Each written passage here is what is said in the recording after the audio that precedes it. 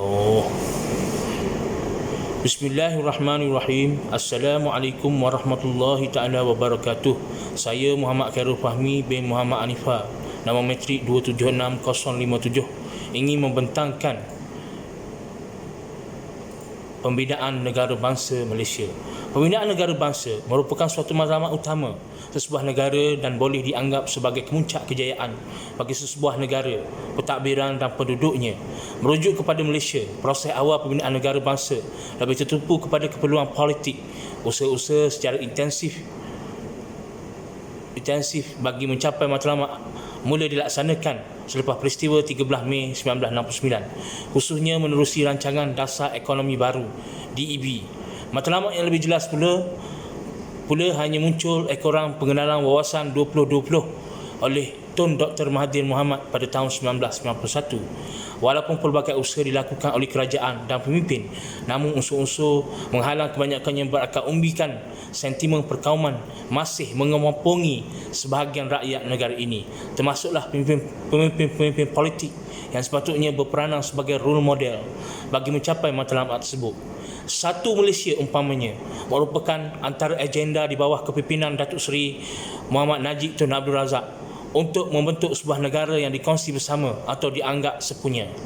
Keupayaan membina negara bangsa bergantung kepada perkongsian nilai serta semangat patriotisme, lingua franca, integrasi, kewarganegaraan dan demokrasi.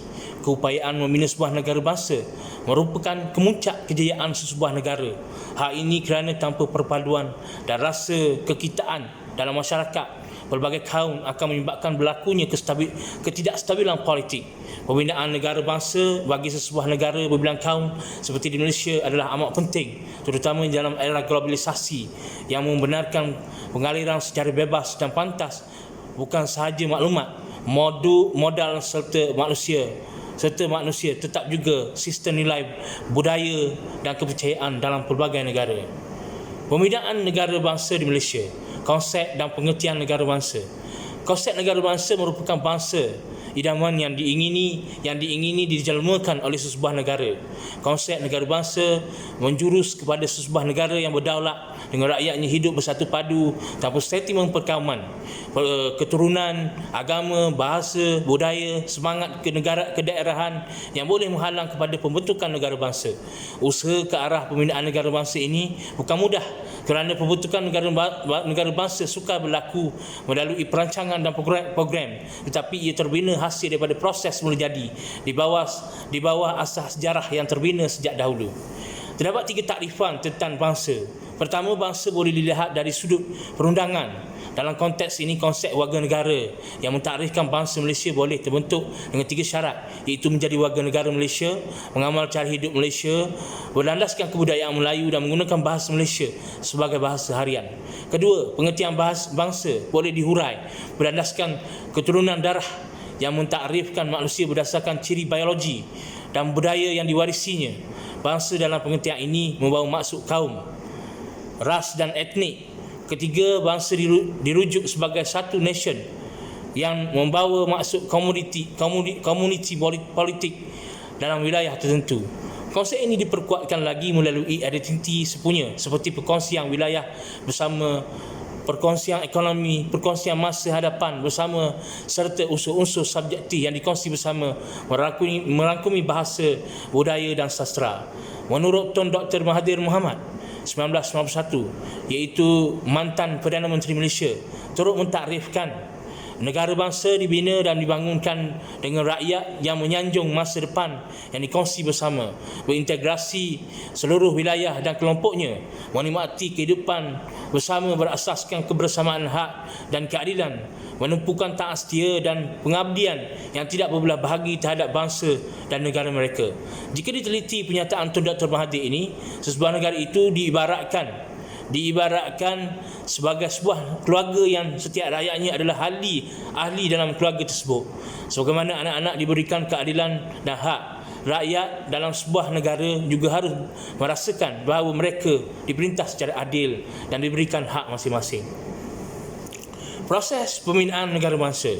Bina negara. Proses pembinaan negara bagi sesebuah negara adalah tidak sama antara satu negara dengan negara yang lain. Proses pembinaan negara ini dipengaruhi oleh faktor persekitaran. Ada setengah negara pernah menjadi tanah jajahan, manakala sebahagian negara pula merupakan negara merdeka sejak awal penubuhannya.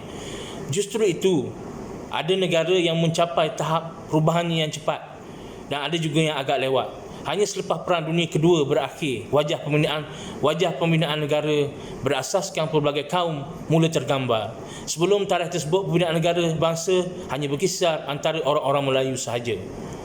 Bermula dengan rancangan Malayan Union pada tahun 1940-an dan kemudiannya pada tahun 1948, barulah persekutuan yang dicadangkan British memberikan wajah pelbagai kaum di negara ini yang sebenar. Apabila Persekutuan Tanah Melayu yang ditubuhkan mula melonggarkan pemberian kerakyatan bersyarat kepada penduduk bukan Melayu. Ismail Said 2010. Akhirnya pembinaan negara menjadi realiti apabila kemerdekaan Tanah Melayu pada tahun 1967 diperolehi daripada Inggeris. Sebagai mengukuhkan lagi asas bina negara yang sudah dilakukan, ia diikuti pula dengan pelaksanaan penubuhan Persekutuan Malaysia pada tahun 1963. Hasilnya, Malaysia wujud sebagai sebuah negara berdaulat dan bebas daripada cangkaman penjajah. Biarpun begitu, pada saat itu apa yang ada ialah hanya sebuah pembinaan negara sahaja. Bina bangsa, perkembangan pada tahap kedua dimulai selepas kemerdekaan 1957 dengan memperlihatkan bentuk perhubungan awal yang longgar antara kaum. Dasar pecah dan perintah British telah menambah sukarkan lagi proses ini. Begitu juga kesan Perang Dunia Kedua yang merenggangkan hubungan kaum Melayu dan Cina. Interaksi antara anggota masyarakat pada tahap ini berada dalam paras yang minimum. Sebagai contoh, mereka hanya bermasyarakat dalam bentuk pertemuan ketika menjalankan urusan perniagaan ataupun urusan harian seperti pekerjaan dan lain-lain. Secara keseluruhannya, tahap ini adalah tidak memuaskan hati kerajaan dan jelas amat minimum dalam usaha menyatukan semua warga negara berbagai kaum sebagai satu bangsa. Penyertaan rakyat berdasarkan tahap kedua adalah jelas proses pembinaan negara bangsa tidak akan tercapai tanpa penyertaan menyeluruh daripada keseluruhan rakyatnya. Ini bermaksud setiap anggota masyarakat mestilah berganding bahu dalam mewujudkan suasana yang dapat membantu wujudnya kesatuan yang dicari. Pada tahap ini, perhubungan antara kaum menjadi rencam dan wujud kepelbagaian.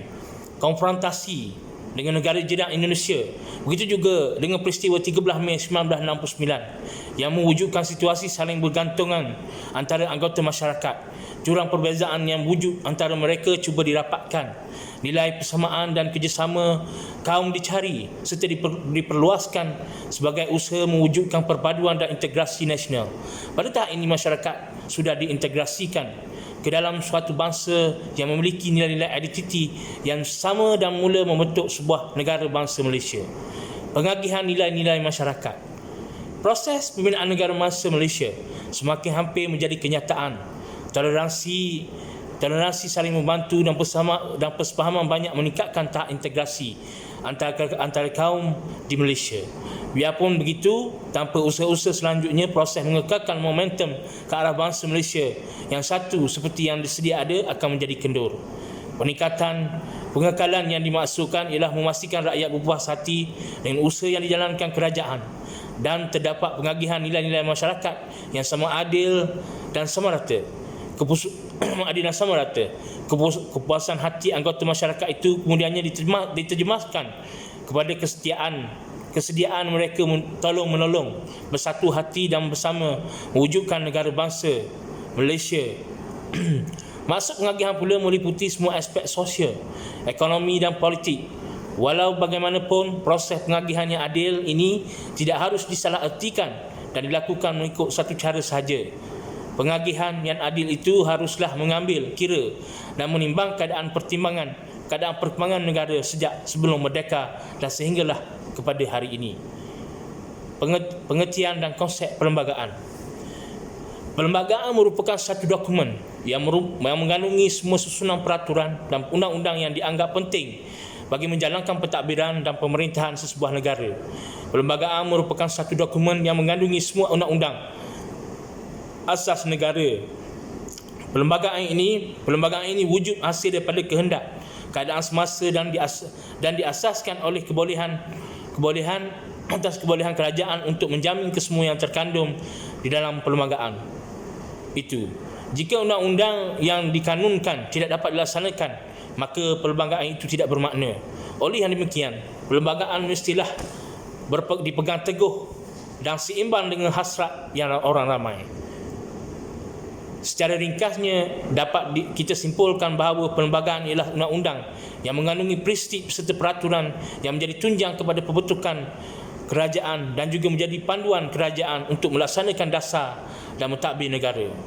Perkembangan perlembagaan menjadi asas penting untuk menjamin kesinambungan pentadbiran dan kestabilan politik bagi menjamin pentadbiran yang jujur, telus, amanah dan adil serta menjamin taat setia rakyat kepada negara. Unsur-unsur tradisi dalam perlembagaan. Kebanyakan perlembagaan persekutuan mengandungi amalan yang diwarisi daripada zaman penjajah British, kecuali peruntukan mengenai pentadbiran parlimen dan kewarganegaraan. Terdapat juga pasal-pasal yang diwarisi sejak zaman penjajahan dan sehingga kini masih dikekalkan dalam perlembagaan persekutuan. Unsur-unsur tradisi sebenarnya telah wujud sejak ratusan tahun lalu sebelum pembentukan perlembagaan pada tahun 1967. Unsur-unsur tradisi ini dianggap sebagai satu kontrak sosial yang meliputi 4 aspek, iaitu institusi beraja, agama Islam, bahasa Melayu dan kedudukan istimewa orang Melayu.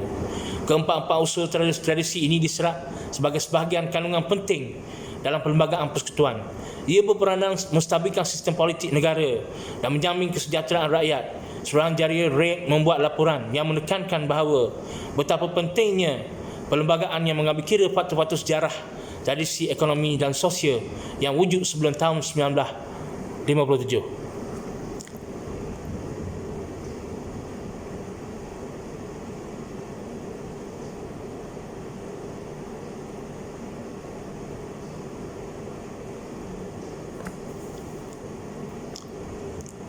Kedudukan istimewa orang Melayu dan Bumiputera. Unsur tradisi yang pertama adalah kedudukan istimewa orang Melayu yang telah termaktub dalam perkara 153 Perlembagaan Persekutuan. Di bawah peruntukan ini, Yang di-Pertuan Agong bertanggungjawab untuk memelihara kedudukan istimewa yang dimiliki oleh orang Melayu dan kaum Bumiputera di negeri Sabah dan Sarawak serta kepentingan sah kaum-kaum lain. Orang Melayu menurut tafsiran Perlembagaan Persekutuan perkara 160 membawa erti seseorang yang menganuti agama Islam lazimnya bercakap bahasa Melayu menurut adat Melayu dan yang lahir sebelum hari merdeka di Persekutuan atau Singapura, atau yang lahir sebelum hari kemerdekaan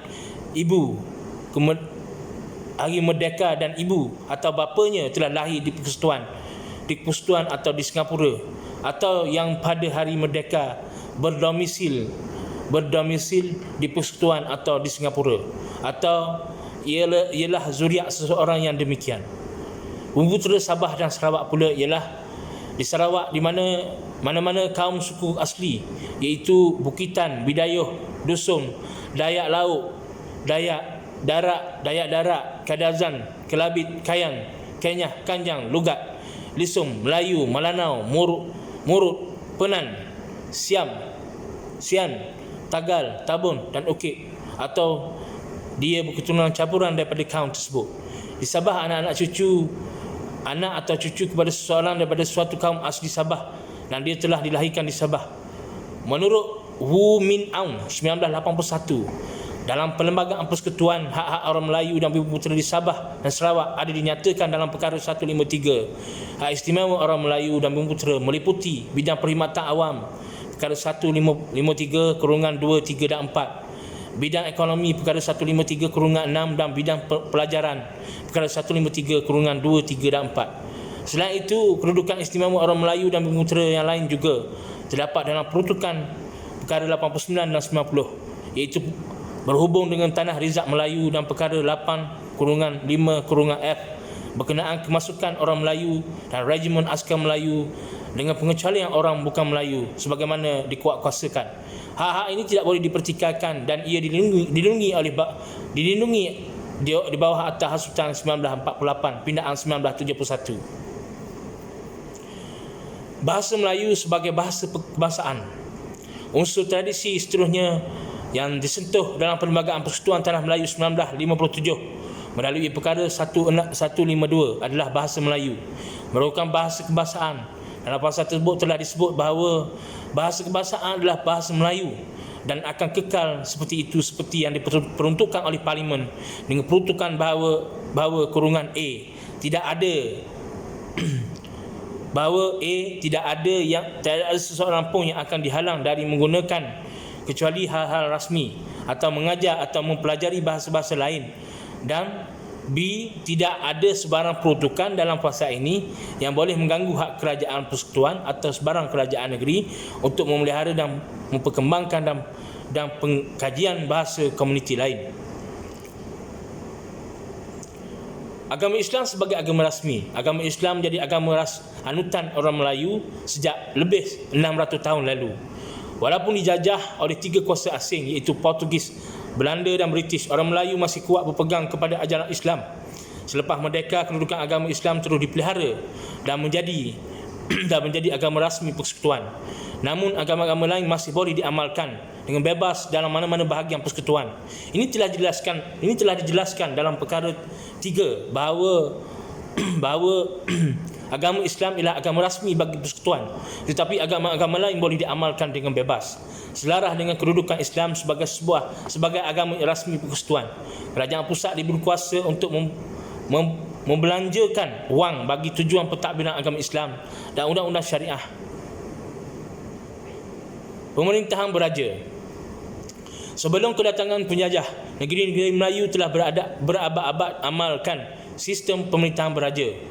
Raja berkuasa secara mutlak dalam semua urusan pemerintahan dan pentadbiran negeri. Baginda dibantu oleh para pembesar negeri. Selepas pendudukan Jepun, kerajaan British bercadang untuk menubuhkan satu bentuk pemerintahan bercorak kesatuan yang dikenali sebagai Malayan Union. Melalui cadangan Malayan Union ini, raja-raja kekal sebagai pemerintah atas nama dan kuasa mereka dihadkan kepada perkara-perkara yang berkaitan dengan agama Islam dan adat istiadat Melayu sahaja. Setelah mendapat bantahan hebat daripada orang Melayu, Malayan Union dibubarkan dan digantikan dengan satu perlembagaan baru yang dikenali sebagai Perjanjian Persekutuan Tanah Melayu pada tahun 1948. Perlembagaan baru ini sedikit sebanyak telah memulihkan semula kedudukan raja-raja Melayu. Seiring dengan itu, beberapa perubahan telah dilakukan ke atas institusi raja yang bersesuaian dengan amalan demokrasi berpartian.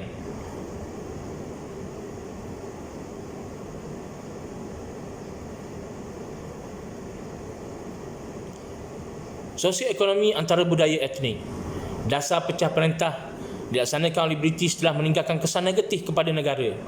Pada zaman pemerintahan British telah mengasingkan kelompok-kelompok kaum etnik berdasarkan kegiatan ekonomi. Ini dilakukan oleh mereka kerana demi menjaga kepentingan mereka agar tidak terjejas dengan mewujudkan perpaduan kaum, kerana mereka mahu mengeksploitasi semaksimal mungkin kekayaan semula jadi yang terdapat di Malaysia.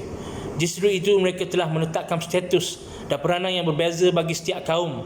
Seperti orang Melayu digalakkan tinggal di kampung, orang Cina digalakkan tinggal di kawasan bandar, manakala kaum India pula digalakkan untuk tinggal di kawasan-kawasan estate. Dasar ini telah berjaya direalisasikan oleh mereka dan kesannya interaksi antara kaum hanya berlaku di pejabat dan di pasar sahaja. Apabila ini berlaku, maka lahirlah perasaan syak wasangka antara satu kaum dengan kaum yang lain. Kemarahan orang Melayu terhadap ketidakadilan ekonomi mendorong kepada perpecahan kaum. Namun jika diperhalusi isu ini, orang Melayu tidak patut marah kerana mereka tidak cuba berusaha untuk bersaing dengan kaum-kaum lain untuk lebih maju dan bukannya sentiasa menyalahkan takdir.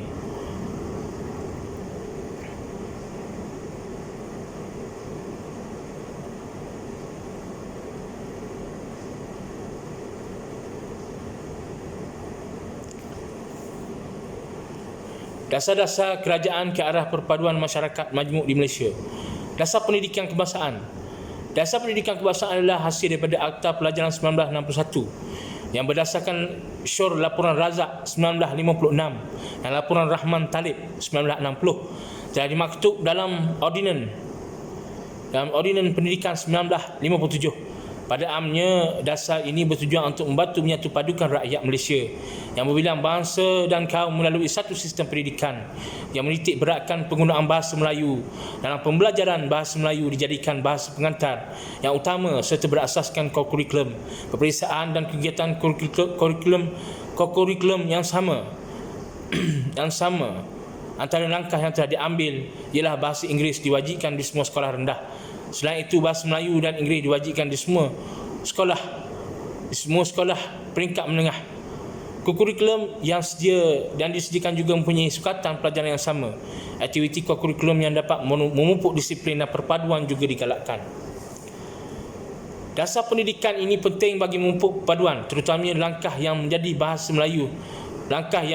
bahasa Melayu sebagai bahasa pengantar utama. Ini memberikan kefahaman dan rasa saling memahami sambil menghindarkan rasa syak wasaka antara satu sama lain, kerana mereka dapat berkomunikasi menggunakan bahasa tunggal, iaitu bahasa Melayu. Dasar kebudayaan dan kebudayaan kebangsaan. Dasar kebudayaan kebangsaan penting bagi memenuhi hasrat dan aspirasi negara membangun yang mempunyai penduduk berbilang kaum seperti Malaysia. Pengalaman Malaysia telah membuktikan kepada dunia luar bahawa penduduk berbilang kaum dan agama boleh berpegang kepada satu fahaman budaya yang sama. Maka daripada itu, identiti dan kepribadian kebudayaan Malaysia boleh dianggap unik. Dasar ini menjadi garis panduan dalam membentuk, mewujudkan dan mengekalkan identiti negara di kalangan dunia antarabangsa. Dasar kebudayaan kebangsaan telah dirangka berteraskan 3 prinsip utama yang ditetapkan oleh Kongres Kebudayaan Kebangsaan 1971, iaitu kebudayaan kebangsaan Malaysia hendaklah berteraskan kehidupan rakyat dan rakyat asal rantau ini. Unsur-unsur budaya lain yang sesuai dan wajar boleh diterima menjadi unsur kebudayaan kebangsaan. Islam menjadi unsur penting dalam pembentukan kebudayaan kebangsaan. Rukun negara menyedari masyarakat berbilang kaum di Malaysia tidak mempunyai matlamat yang jelas. Maka kerajaan memperkenalkan rukun negara untuk memberi garis panduan yang lebih jelas kepada masyarakat berbilang kaum di negara ini. Rukun negara juga menjadi hasrat bagi mencapai dasar pembangunan perpaduan. Prinsip-prinsip rukun negara dapat dilihat seperti yang berikut: kepercayaan kepada Tuhan, kesetiaan kepada raja dan negara, keluruhan perlembagaan, kedaulatan undang-undang, kesopanan dan kesusilaan. Rukun negara dicipta ekoran daripada rusuhan kaum pada 13 Mei 1969. Tragedi ini telah menyedarkan pihak kerajaan bahawa perpaduan kaum dan integrasi nasional di Malaysia merupakan suatu masalah yang sudah lama terpendam. Rukun negara bertujuan mewujudkan perpaduan antara kaum melalui amalan unsur-unsur kemanusiaan sejagat seperti kepercayaan kepada Tuhan, kedaulatan undang-undang, pemumpukan sifat-sifat kepribadian yang tinggi. Secara keseluruhannya, konsep pembinaan negara bangsa adalah suatu yang melibatkan proses yang panjang.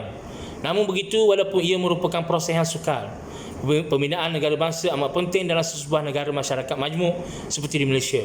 Pembinaan negara bangsa yang mantap memerlukan penyertaan menyeluruh dari setiap anggota masyarakat dan jentera kerajaan. Ancaman luar akan datang tanpa mengira masa dalam pelbagai bentuk sama ada secara langsung atau tidak langsung. Justru itu, Malaysia harus bersedia dengan asas pegangan nasionalisme yang betul, iaitu nasionalisme yang dimiliki oleh sesebuah kumpulan. Tetapi jika nasionalisme yang dipegang itu masih lagi berasaskan semangat aswabiah, maka negara tidak akan maju kerana banyak masa dan kos terbuang begitu sahaja. Kerajaan telah berusaha menyusun semula masyarakat melalui jasa rasa yang dijalankan sejak berlakunya peristiwa 13 Mei 1969. Kerana itu, generasi hari ini harus memahami kedudukan masyarakat pada masa dahulu dan menjadikan iktibar dan panduan di masa hadapan dalam membina sesebuah negara bangsa yang bersatu padu. Sekian, wabillahi taufiq wal hidayah. Wassalamualaikum warahmatullahi taala wabarakatuh.